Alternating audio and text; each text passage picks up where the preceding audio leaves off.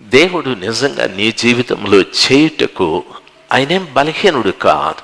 Bible సెలవిస్తాది ఆయన మనకు మేలు చేయకుండా ఉండటానికి ఆయన చెయ్యి ఎప్పుడు కొరచ కలిగింది కాదు.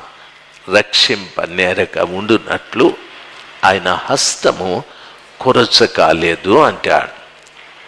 దేవుని హస్తము పొట్టిది కాదు. దేవుని హస్తము నా దాకా వస్తుంది. దేవుని హస్తము నీ దాకా వస్తుంది. అందరి వద్దకు ఆయన చేయి వస్తుంది. ఎందుకంటే రక్షించటానికి. ఆ విషయంలో ప్రభులు వారు ఎప్పుడు తన చేతిని కొరచ చేసుకోడు. దేవుని మహాకృప చూడండి. ఒక పంక్తిలో కూర్చొని భోజనం చేస్తూ ఉన్నాం. ఒక అమ్మ వడ్డిస్తూ ఉంది. ఆ వడ్డించేటప్పుడు ఆమె గమనిస్తుంది, ఆమెకు సంబంధించిన వాళ్ళు ఎవరో గరిట లోపలికి పోతుంది. ఎన్ని మొక్కలు తీసి వేస్తుంది. పక్కోడు తనకు సంబంధించిన వాడు కాదు, గరిట పైనే తిరుగుతుంది. 2-3 మొక్కలు వేస్తాడు. వాడు ఈ ప్లేట్ చూస్తాడు, ఆ ప్లేట్ చూస్తాడు, దుఃఖంతో పోతాడు. దయచేసి గమనించాలి, వడ్డించే ఆమె చెయ్యి కొరచ కానీ దేవుని చెయ్యి కొరచ కాదు. మీకు అర్థమైంది అనుకుంటా. దేవుని చెయ్యి ఎప్పుడు కొరచ కాదు. ఆయన మేలు చేసే దేవుడే. ఆ కృపగల దేవుడు మన అందరి విషయంలో మేలు చేయటానికి ఈ సంవత్సరం అంతా కూడా నాకేమీ చేయలేదు దేవుడు, నాకు మేలు జరగలేదు, నా పిల్లలకు మేలు జరగలేదు, నా కుటుంబంలో ఏమీ మేలు జరగలేదు అనుకుంటున్నటువంటి వారికి నేను చెప్తున్న మాట, ఆయన మంచోడు, ఆయన మేలు చేసే దేవుడు. అయితే మేలు నీవు పొందకపోవటానికి గల కారణం నీవు మంచోడు కాదు, నీవు మంచిదానివి కాదు. ఎక్కడో నాలో చెడు ఉంది. ఆ కుటుంబంలో కూడా దేవుడు మేలు చేయటానికి తన చెల్లికి పిల్లల్ని ఇస్తూ ఉన్నాడు. అక్కకు సంతానం లేదు. ఎందుకంటే దేవుని మందిరానికి వెళ్ళినప్పుడంతా కోపముతో వెళ్ళుచుండెను అని ఉంది. కోపము అనేటటువంటి కార్యము ఎంత చెడ్డదో బైబిల్ అంటది.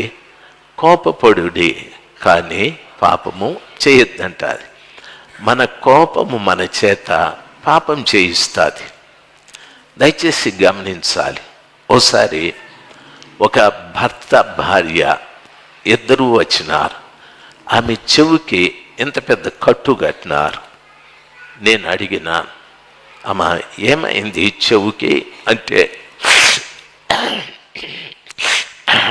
అని చెవుకి ఏమైందో చెప్పు, మళ్ళీ చీమిడి మళ్ళీ చీదుకుందువు కానీ అని అంటే, నేను వస్తూ ఉంటే ఆ చెవుకి వేసుకుని రింగు ఆడ తగులుకొని చెవు తునిగిపోయింది అని.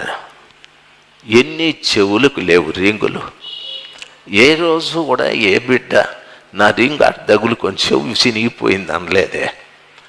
అట్లా లాగుతానే నొప్పికి ఆగిపోతారు.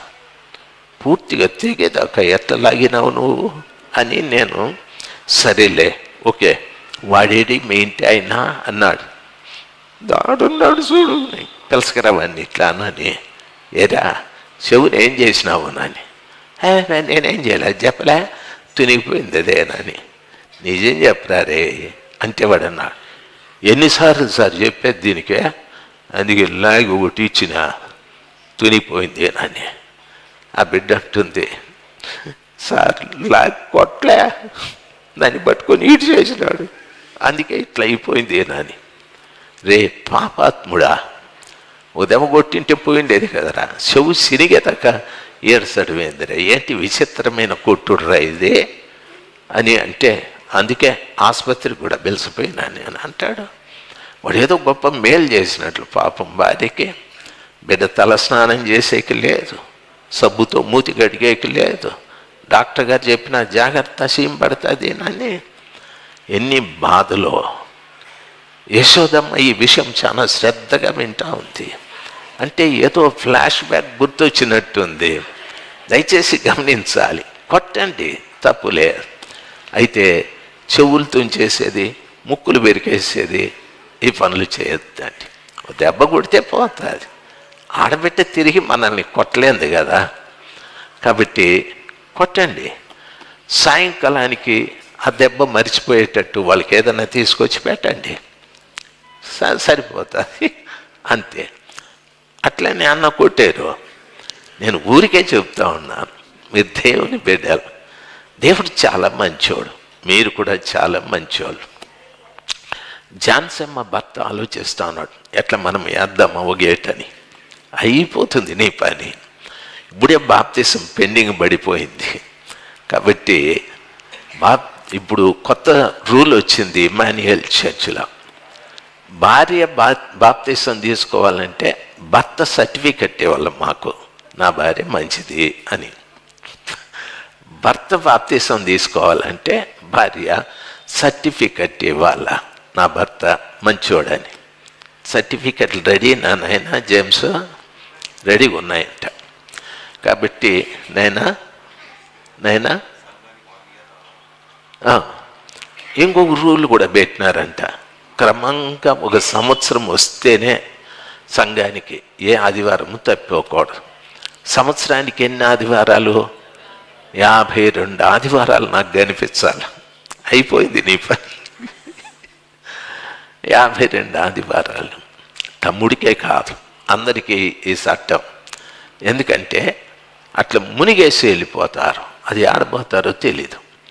ఒకక్క నన్ను సత్తాయించి చంపేసింది. ఎప్పుడు నాకు బాప్తిస్మం అనే. బాప్తిస్మం ఇచ్చినప్పటి నుండి కనిపించలే అక్క. ఏం నువ్వు రాలేదక్క అంటే నువ్వే లేవనింది. ఒరే నాయనో, నేను ఎక్కడికి పోతాను, వారము ఉంటానే అంటే నువ్వే లేవనింది. సరే, ఈరోజు కూడా కనిపించలే, ఎక్కడుందో తెలియదు. దేవుని బిడ్డలు బాగా గమనించాల్సింది, మేలు చేయటానికి దేవుడు ఎప్పుడు కూడా వెనకాడే దేవుడు కాదు. ఆయన వద్ద నుండి మేలు పొందుకోవటానికి నేనే అర్హురాల్ని కాదు. మందిరానికి వచ్చేటప్పుడు నా ప్రవర్తన జాగ్రత్తగా చూసుకోవాలి. నేను దేవుని దగ్గరికి వెళ్తున్నాను, మందిరానికి అనుకోకండి. నేను దేవుని దగ్గరికి వెళ్తున్నా, ఆయన పాదాల చెంత నేను చేసే ప్రార్థన ఆయన ఆలకించాలి. నా మొర ఆలకించి నాకు ప్రత్యుత్తరం దయచేయాలి. ఆయనకు నాకు మధ్యన ఏ విధమైన అడ్డు ఉండకూడదు. హల్లెలూయా. ప్రభువుకి మనకు మధ్యన ఏదైనా అడ్డుంటే ప్రభువు మేలు చేసే దేవుడే. అంటాడు ఆయన మనకు మేలు చేసే దేవుడే అని. అలాంటప్పుడు మేలు సంవత్సరాలు పొందకపోవటానికి గల కారణం నాలో ఏదో తప్పితం ఉంది అని తెలుసుకోవాలి. ఈ సంవత్సరం అంతా కూడా మనము ప్రయాణమై వచ్చాం. దరిదాపు 52 పర్యాయాలు కాదు, 60-70 పర్యాయాలు దేవుని మందిరంలో మనం కలుసుకున్నాం. ఈ 70 పర్యాయాలు దేవుడు నాకు మేలు చేయకపోవటానికి కారణమేమనే తప్పితాలు నాకు ఎన్నోసార్లు చూపెట్టుంటాడు, ఎన్నో పర్యాయాలు చూపెట్టుంటాడు. అయితే దాన్ని నిర్లక్ష్యం చేసి అలక్ష్యం చేసి వెళ్ళిపోతూ ఉంటాం. దాన్ని ఏమంటారంటే కఠినమైన హృదయము అని అంటారు.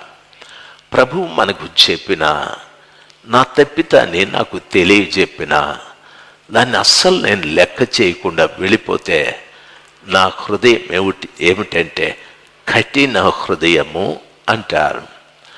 ఈ కఠినమైన హృదయాన్ని దేవుడు ఏమీ చేయలేడు. దేవుని బిడ్డలు గమనించాల్సింది, దేవుడు చాలా మంచివాడు. ఈరోజు కూడాను మీ దగ్గర ప్రభువు ఉన్నాడు, ఏది అని వెతక్కండి. ఆయన ఆత్మస్వరూపి. మనకు కనిపించడు, మనకు ఆయన వినిపిస్తాడు. మనం ఆయనను చేతితో స్పర్శించలేం, ఆయన మాత్రం మనల్ని తాకుతూ ఉంటాడు. ఆయన మన చెవిలో చెప్పే ప్రతి మాట మన హృదయంలో ఆలోచన కలిగిస్తుంది. ఏమనో తెలుసా? నేను మంచివాడు, చెడ్డవాడు అనేటటువంటి ఆ వ్యత్యాసం నాకు తెలియపరుస్తూ ఉంటారు. దయచేసి ఈరోజైనా దేవునికి మనలో ఏది ఇష్టం లేదో దాన్ని వదిలిపెడితే చాలా మంచిది. సంవత్సరాలు గడిచిపోతున్నాయి. దేవుని వద్ద నుండి మేలు పొందని వ్యక్తిగా నువ్వు బ్రతకడం మంచిది కాదు కదా. దయచేసి ఈరోజైనా ఏవేవి నా జీవితంలో తప్పులు ఉన్నాయో అవన్నీ జాగ్రత్తగా నేను చూసుకొని విడిచిపెట్టేస్తే ఆ దూరానున్న ప్రభువు నా దగ్గరికి వస్తాడు. దయచేసి గమనించాల్సింది, దేవుడు పక్షపాతి కాడు.